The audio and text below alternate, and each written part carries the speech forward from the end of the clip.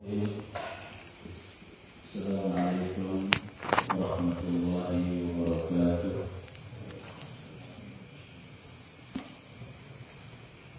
Innal hamdalillah nahmaduhu wa nasta'inuhu wa nastaghfiruh wa na'udzu billahi min shururi anfusina wa sayyiati a'malina.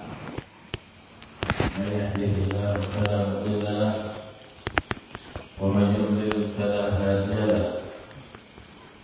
أشهد أن لا إله إلا الله وحده لا شريك له وأشهد أن محمدا عبده ورسوله. يا أيها الذين آمنوا اتقوا الله حق تقاته ولا تموتن إلا وأنتم مسلمون. يا أيها الناس اتقوا ربكم الذي خلقكم من نفس واحدة وخلق منها زوجها وبث منهما رجالا كثيرا ونساء واتقوا الله الذي تساءلون به والأرحام إن الله كان عليكم رقيبا. يا أيها الذين آمنوا اتقوا الله وقولوا قولا سديدا يصلح لكم أعمالكم ويغفر لكم ذنوبكم ومن يطع الله ورسوله فقد فاز فوزا عظيما. فإن أصدق الحديث كتاب الله وخير الهدي هدي محمد صلى الله عليه وسلم وشر الأمور محدثاتها فإن كل محدثة بدعة وكل بدعة ضلالة وكل ضلالة في النار. أيها الآباء والإخوان والأبناء rahimani wa rahimakumullah. Pada malam ini kita akan menyebutkan kisah salah seorang imamud dunya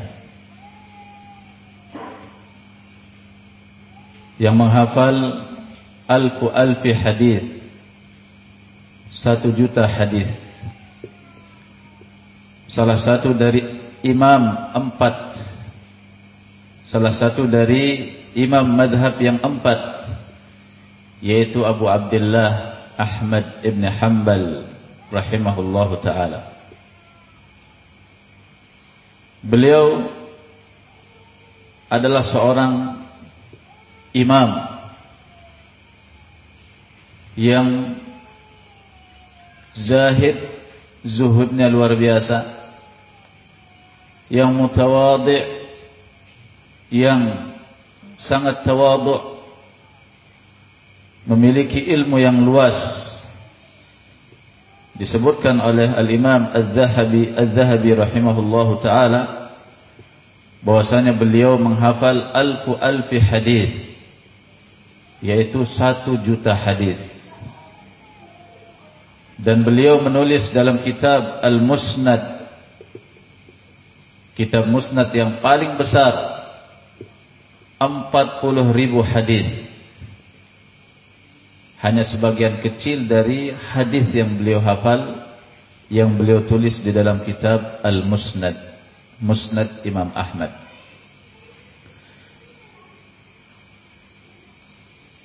Mungkin banyak yang mengetahui bagaimana kisah perjuangan beliau, kesabaran beliau ketika terjadi fitnatu khalqil Quran. Fitnah dikatakannya Al-Quran itu makhluk. Pada malam ini kita tidak membahas tentang bagaimana fitnatu khalqil Quran, akan tetapi kita akan sedikit membahas bagaimana perjalanan menuntut ilmu Imam Ahmad rahimahullahu ta'ala. Semoga dengan mengetahui bagaimana perjalanan beliau di dalam menuntut ilmu, demikian pula bagaimana kezuhudan dan ketawaduan beliau, kita bisa sedikit mencontoh beliau di dalam kesabaran dalam menuntut ilmu, dalam kezuhudan di dalam menghadapi kehidupan dunia ini. Beliau Imam Ahmad ibn Hanbal rahimahullahu ta'ala hidup di keluarga miskin, besar di keluarga yang miskin. Mata abuhu wa huwa tiflun, bapaknya meninggal dunia dalam keadaan beliau masih kecil, sehingga yang mengurusi Imam Ahmad adalah ibunya yang az-zahidah al-abidah, yang sangat zuhud, yang sangat kuat beribadah, as-saimah, rajin berpuasa. Dan ibunya inilah di antara sebab terbesar Imam Ahmad menjadi seorang anak yang soleh, menjadi seorang imam dunia, dan menjadi barakallahu fikum orang yang luas ilmunya. Berkata Imam Ahmad rahimahullahu ta'ala, hafazatni ummi al-Quran wa umri 10 sanawat. Ibuku menuntunku menghafal Al-Quran dan umurku 10 tahun. Wa kanat ummi tulbisuni al-libas, dan dahulu ibuku memakaikanku pakaian. Wa tuqiduni, dan membangunkanku dari tidurku. Wa tuhmi liyal ma'a qabla salatil fajri, dia menghangatkan untukku air sebelum salat subuh. Mungkin karena cuaca begitu dingin, seseorang tidak bisa berwudu kecuali dengan air yang hangat. Wa ana ibnu 10 sanawat, dan aku di waktu itu berumur 10 tahun. Wa kanat takhtamir wa tataghatta bihijabiha, ibuku memakai kerudungnya dan menutup diri dengan hijabnya. Wa tadhhab ma'iya ilal masjid, dan dia pergi mengantarkanku ke masjid. Li'anna al-masjida ba'idun wa li'anna at-tariqa muzlimah, karena masjid jauh dan juga jalanan gelap. Jadi setiap sebelum sholat subuh, ibunya menghangatkan untuk Imam Ahmad air. Setelah itu diantar ke masjid untuk melaksanakan sholat subuh, dan juga menghadiri halaqah ilmu yang disampaikan di masjid. Perhatikan bagaimana perhatian ibunya Imam Ahmad mendidik anaknya. Dia tidak membiarkan anaknya tetap tidur. Seperti kebanyakan ibu atau kebanyakan bapak saat ini, ketika tiba waktu sholat dan anaknya tertidur, dia membiarkan anaknya tertidur. Biarkan, kasihan, baru saja dia tidur, dia butuh tidur yang banyak, dia masih kecil. Barakallahu fikum. Padahal Rasulullah sallallahu alaihi wasallam mengatakan, muru auladakum bis salati wa hum abna'u sab'in wadribuhum 'alaiha wa hum abna'u 'ashrin wa farriqu bainahum fil madaji'. Perintahkanlah anak-anak kalian salat pada umur 7 tahun. Perintah, disuruh, diajak. Kalau dia tidak mau, ya sudah, jangan dipukul. Wadribuhum 'alaiha wa hum abna'u 'ashrin, dan pukullah mereka. Kalau tidak mau melaksanakan salat, bermain, bergampangan dalam ibadah salat pada umur 10 tahun. Di sini baru kita diizinkan untuk memukul anak. Tayyib. Diizinkan memukul anak karena tidak mau salat. Wa farriqu bainahum fil madaji, dan pisahkanlah antara mereka di tempat tidur. Jadi perhatikan bagaimana perhatian yang begitu besar dari ibunya Imam Ahmad yang menginginkan anaknya menjadi seorang anak yang salihah. Nah, demikian pula tentunya semua ini diiringi dengan doa. Setiap hari demikian yang dilakukan oleh ibunya Imam Ahmad.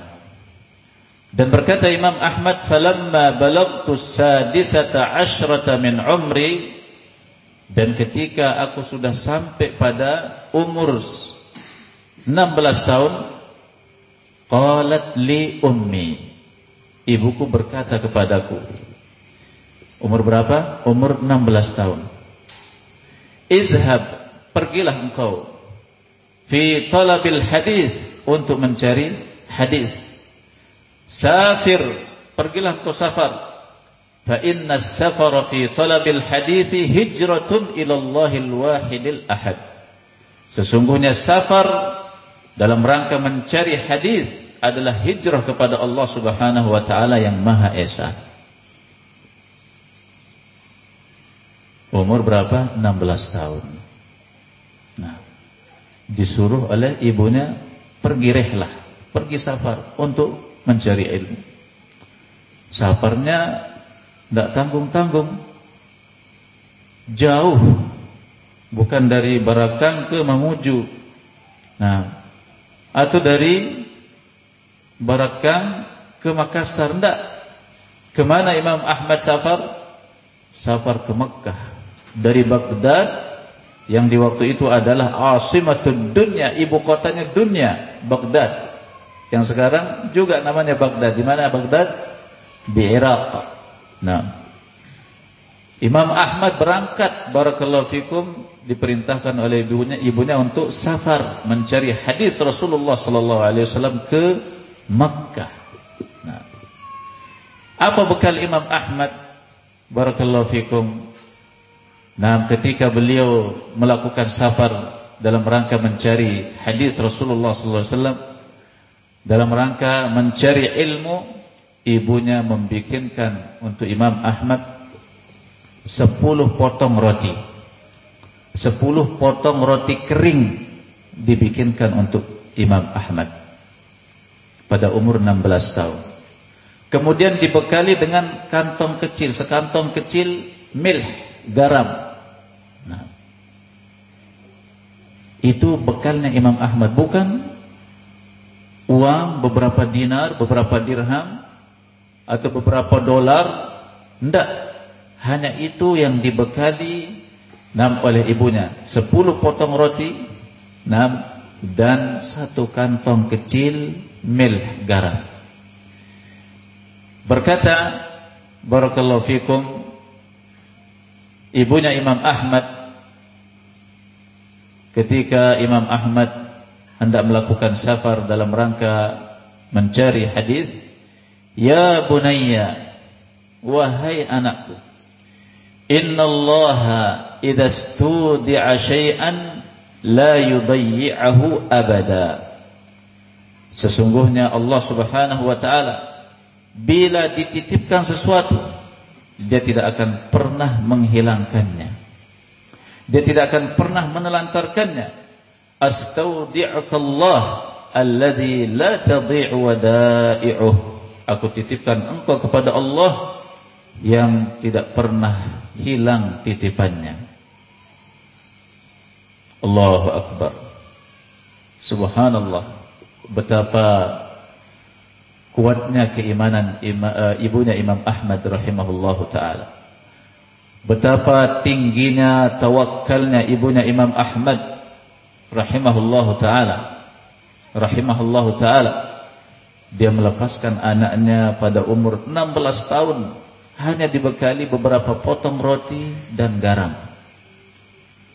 Imam Ahmad dengan tekad yang kuat, semangat yang luar biasa, berkat didikan orang tuanya, barakallahu fikum, berangkat Imam Ahmad.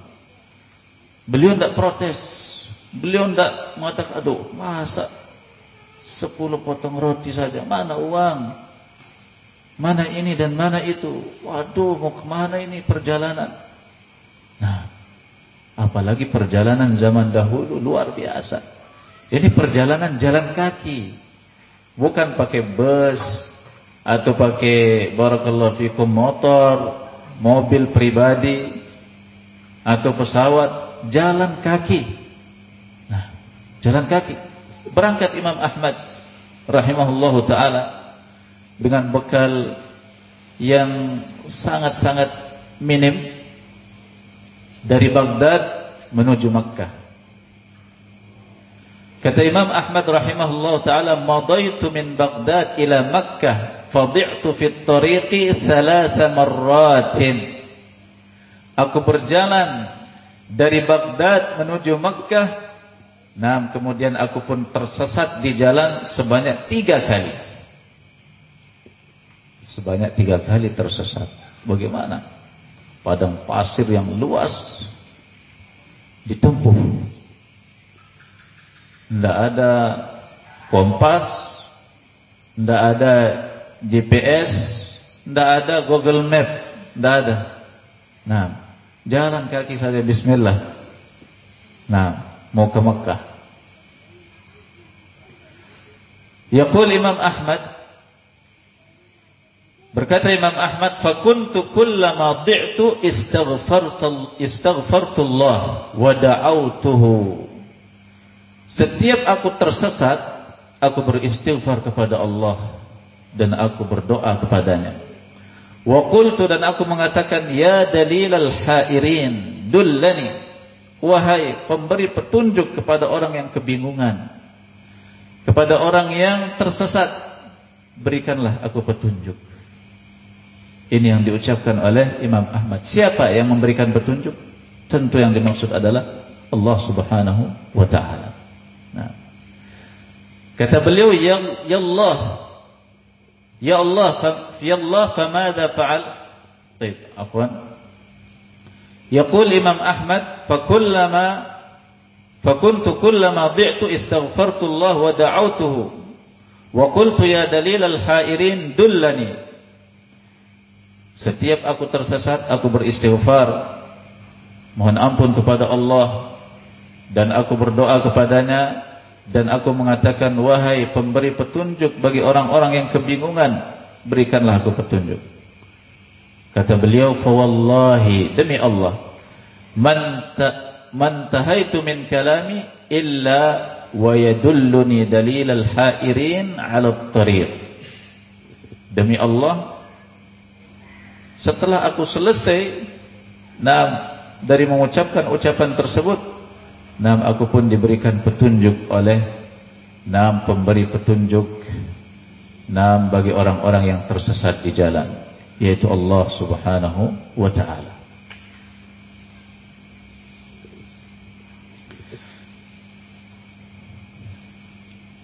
Kemudian setelah 3 kali tersesat, Imam Ahmad pun sampai ke Makkah. Fa akhadha hadits Makkah. Kemudian beliau mengambil hadis-hadis para ulama yang ada di Makkah. Setelah habis hadis-hadis para ulama yang ada di Makkah, safara ila al-Yaman. Beliau melanjutkan perjalanan menuju negeri Yaman. Nah, ila San'a, ke San'a. San'a ini ibu kotanya Yaman. Nah, siapa yang dituju oleh Imam Ahmad? Abdul Razzaq Ibn Hammam As-San'ani, seorang ulama besar, seorang muhaddis di waktu itu. Imam Ahmad dari Makkah menuju Al-Yaman. Ini juga perjalanan jauh, luar biasa. Pakai bus saja itu sehari semalam. Ya, dari Yaman ke Makkah itu sehari semalam pakai bus. Ini Imam Ahmad jalan kaki. Barakallahu fikum. Dan ketika beliau di perjalanan, beliau tersesat untuk yang keempat kalinya. Dan di situ habislah perbekalannya. Rotinya yang dibekali oleh ibunya, 4 potong roti dan juga garam, itu habis. Nah, dia Imam Ahmad tidak punya uang dirham, tidak punya dinar, tidak punya apa-apa. Terus apa yang dilakukan oleh Imam Ahmad untuk bisa melanjutkan perjalanan menuju kota Sana'a, bertemu dengan Imam Abdul Razzaq Ibn Hammam As-San'ani? Beliau menyewakan dirinya kepada para petani yang sedang panen. Saya mau kerja dulu beberapa hari supaya bisalah dapat uang beberapa untuk melanjutkan perjalanan. Dan beliau menyewakan dirinya selama 3 hari bekerja sebagai buruh. Barakallahu fikum, pekerja kasar. Untuk apa barakallahu fikum? Bukan untuk mengumpulkan harta, tetapi supaya bisa melanjutkan perjalanan rihlah dalam rangka talabul ilm ke seorang alim, Abdul Razzaq Ibn Hammam As-San'ani rahimahumullah. Barulah kemudian setelah itu Imam Ahmad melanjutkan perjalanan dan bertemu dengan Al-Imam Abdul Razzaq Ibn Hammam As-San'ani. Ini adalah sedikit dari kisah perjalanan talabul ilm Imam Ahmad rahimahullahu ta'ala. Adapun terkait dengan ibadah beliau adalah seorang imam yang sangat kuat di dalam ibadah. Berkata anak beliau Abdullah ibn Ahmad ibn Hanbal, "Kana abi yusalli min ghairil fara'idhi fil yawmi wal laylati 300 rak'atin." Dahulu bapakku salat selain salat fardu, yakni selain salat fardu yang 5, sehari semalam sebanyak 300 rakaat. Salatnya Imam Ahmad sehari semalam selain salat fardu.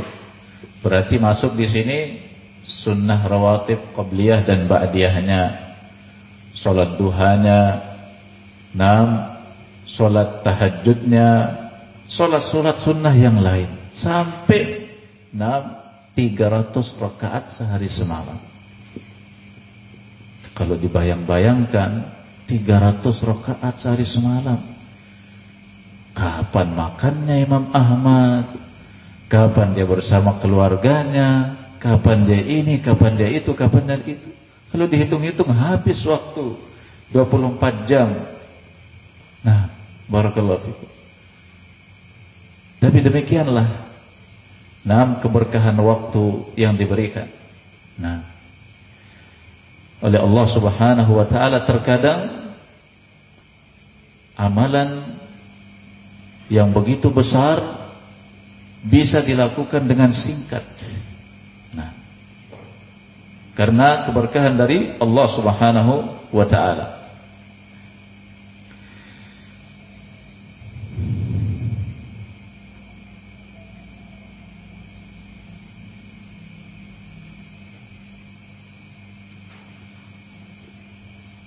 Mengenai ketawaduan Imam Ahmad, beliau adalah seorang imam yang sangat-sangat tawadhu.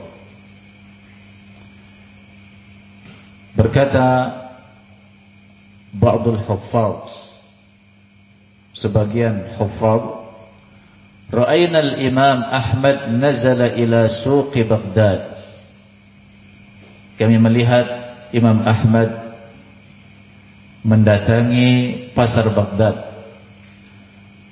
Fashtara huzmatan minal hatab. Kemudian beliau membeli seikat kayu. Wa ja'alaha ala katifihi. Kemudian beliau meletakkannya di pundaknya, dipikul sendiri. Falamma arafahu an-nas taraka ahlul matajir matajirahum wa ahlud dakakin dakakinahum wa tawaqqafa al-marratu fi tariqihim yusallimuna alaih. Ketika orang-orang mengetahui bahwa ini Imam Ahmad, nah, yang punya toko meninggalkan tokonya, yang lagi jualan dia tinggalkan jualannya, yang lagi lewat berhenti. Nah, mereka mengucapkan salam kepada Imam Ahmad. Wa yaqulun, dan mereka mengatakan, nahmilu ankal hatab, kami yang bawakan ini kayumu. Jangan kau yang pikul wahai Imam, biar kami.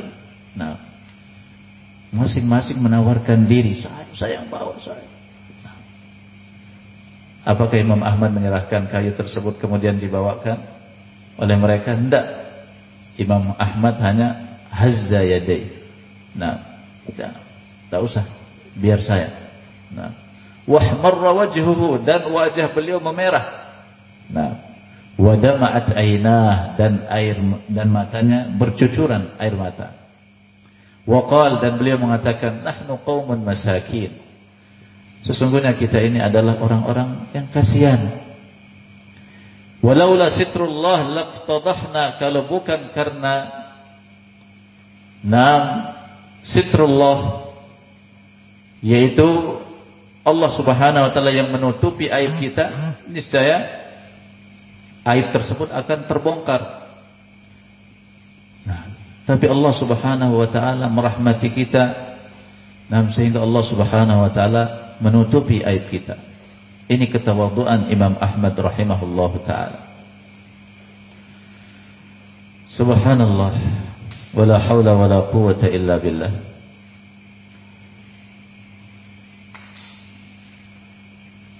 Berkata anak beliau Abdullah ibn Ahmad ibn Hanbal, baqiyat hida'a abi fi rijlihi 18 sanah. Sendalnya bapakku, yaitu Imam Ahmad, bertahan di kakinya selama 18 tahun. Jadi sendalnya Imam Ahmad beliau pakai selama 18 tahun. Nah, kullama kharamat khasafaha biyadihi. Setiap sendalnya itu sobek, putus, beliau yang sendiri yang menambalnya, yang menjahitnya, yang memperbaikinya. Nah, subhanallah, wala haula wala quwwata illa billah. Nah, 18 tahun sendal dipakai itu bagaimana bentuknya? Nah, sedangkan sendal kita saja sudah berapa bulan sudah Allahu a'lam. Nah, 1 tahun sudah berapa kali ganti sendal. Nah, bahkan ada mungkin yang punya sendal, koleksi sendal, banyak sendalnya, banyak sepatunya. Hari ini lain sepatunya, besok lain lagi.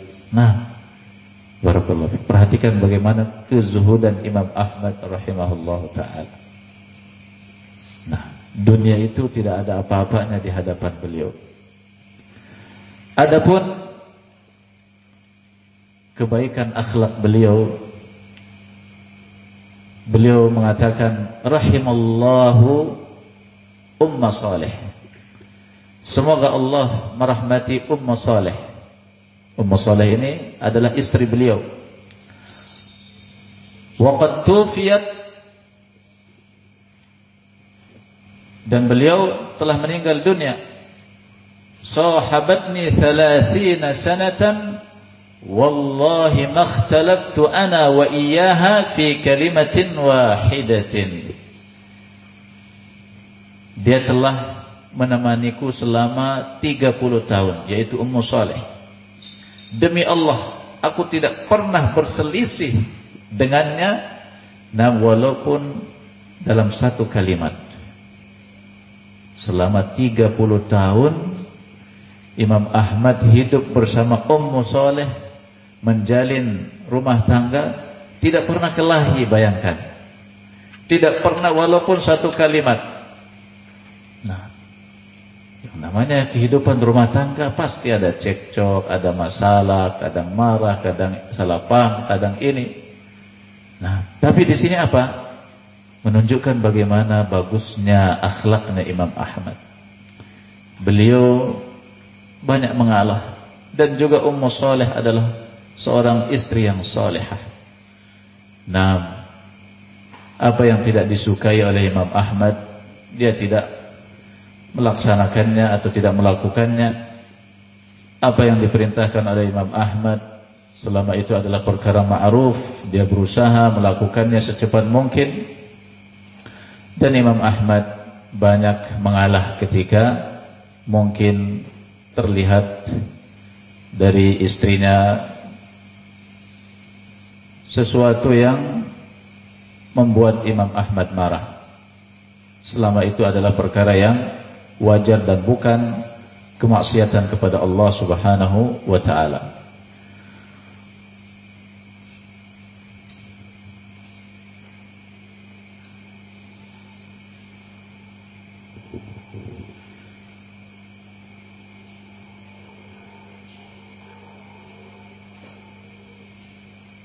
Disebabkan kesolehan Imam Ahmad, ketawaduannya, takwanya, dan bagusnya akhlaknya, beliau mendapatkan pujian yang banyak dari para ulama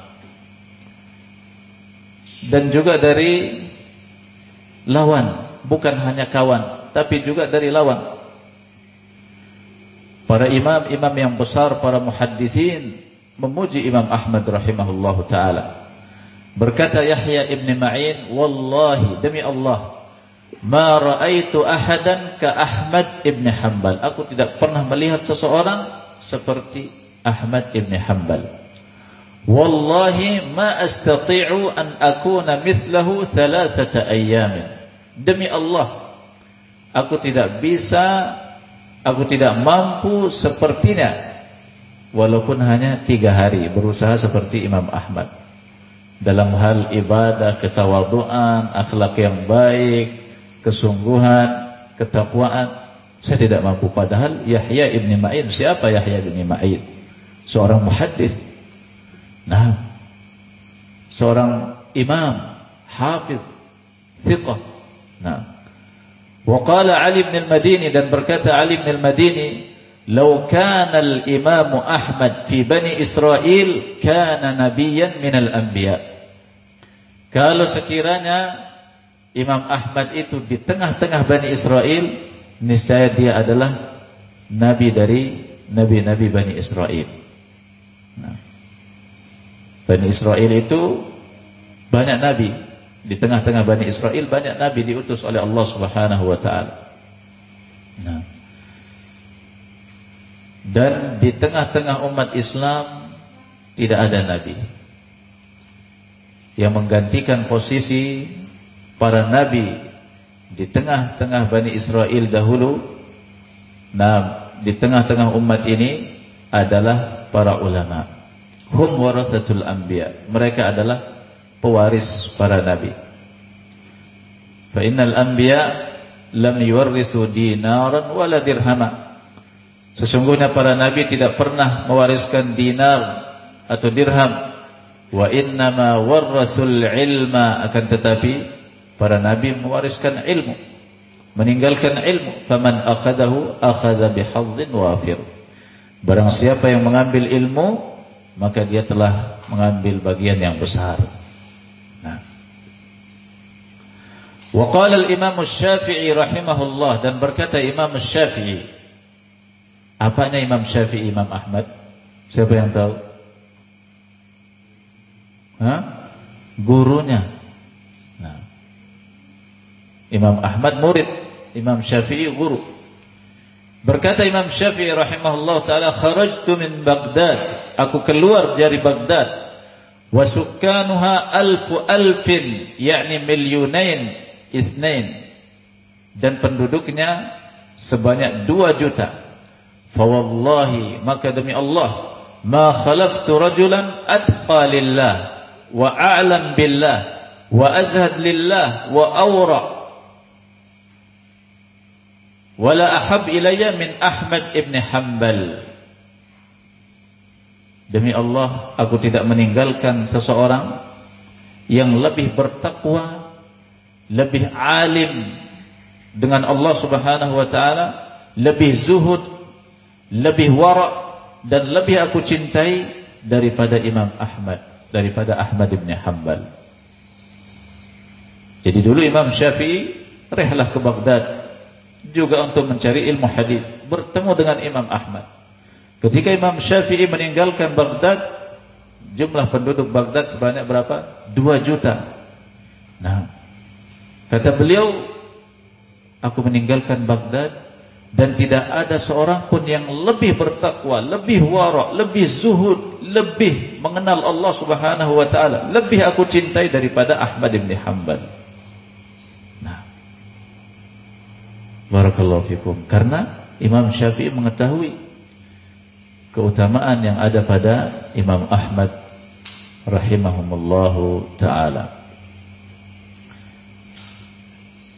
Nah, demikian sekilas tentang Imam Ahmad. Semoga apa yang kita dengarkan ini menjadi motivasi kita, barakallahu fikum, untuk menjadi seorang talibul ilm yang bersabar dalam talabul ilm dan juga menjadi seorang yang zahid, mutawadhi', muttaqi lillahi azza wa jal. Nas'alullah lana wa lakum at-tawfiq. Allahumma inna nas'aluka al-jannata wa ma qarraba ilayha min qawlin aw amal, wa na'udzu bika minan nar wa ma qarraba ilayha min qawlin aw amal. Allahumma ij'al kulla qada'in qadaytahu lana khairan. Allahumma inna na'udzu bika min zawali ni'matik wa tahawuli afiyatik wa jami'i sakhatik. Allahumma aqsim lana min khashyatika ma tahulu bihi bainana wa baina ma'asik, wa min ta'atika ma tuballighuna bihi jannatak, wa min al-yaqini ma tuhawwinu bihi alayna masa'ib ad-dunya, wa matti'na Allahumma bi asma'ina wa absarina wa quwwatina abadan ma ahyaytana. واجعله الوارث منا واجعل ثأرنا على من ظلمنا وانصرنا على من عادانا. اللهم لا تجعل مصيبتنا في ديننا ولا تجعل الدنيا أكبر همنا ولا تسلط علينا من لا يخافك فينا ولا يرحمنا. وآخر دعوانا أن الحمد لله رب العالمين. سبحانك اللهم وبحمدك أشهد أن لا إله إلا أنت أستغفرك وأتوب إليك. والسلام عليكم ورحمة الله وبركاته.